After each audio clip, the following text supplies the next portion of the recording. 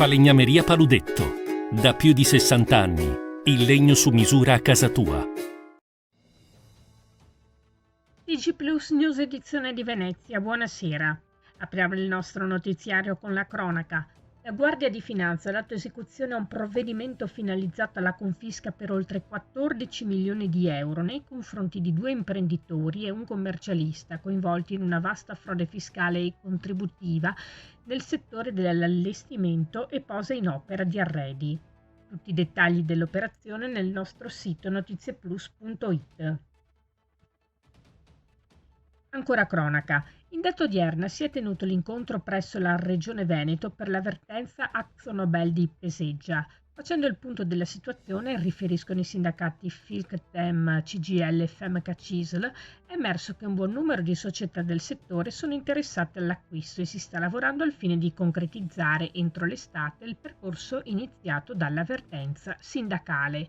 Il prossimo tavolo in sede regionale è previsto per il 26 giugno. E il segretario generale della CISL Venezia, Michele Zanocco, chiede una migliore distribuzione delle forze di polizia. Servono dotazioni organiche in linea con gli afflussi che, almeno per quanto riguarda Venezia, sono più basse rispetto ad altre città, dove il rapporto tra forze dell'ordine e turisti è inversamente proporzionale. Il rischio, continua Zanocco, è che a pagarne le conseguenze siano il controllo del territorio, la sicurezza, la prevenzione e la qualità dei servizi ai cittadini. Cambiamo argomento, parliamo di cultura. Venerdì 26 maggio alle ore 16 al Teatro Toniolo di Mestre verrà presentata la nuova stagione di prosa realizzata in collaborazione con Arte Venna, circuito multidisciplinare regionale. All'appuntamento sono invitati tutti gli abbonati e le persone che vogliano conoscere la nuova offerta culturale di prosa del Teatro Toniolo.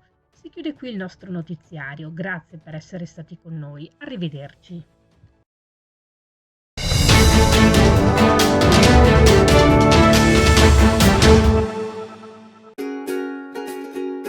Falegnameria Paludetto.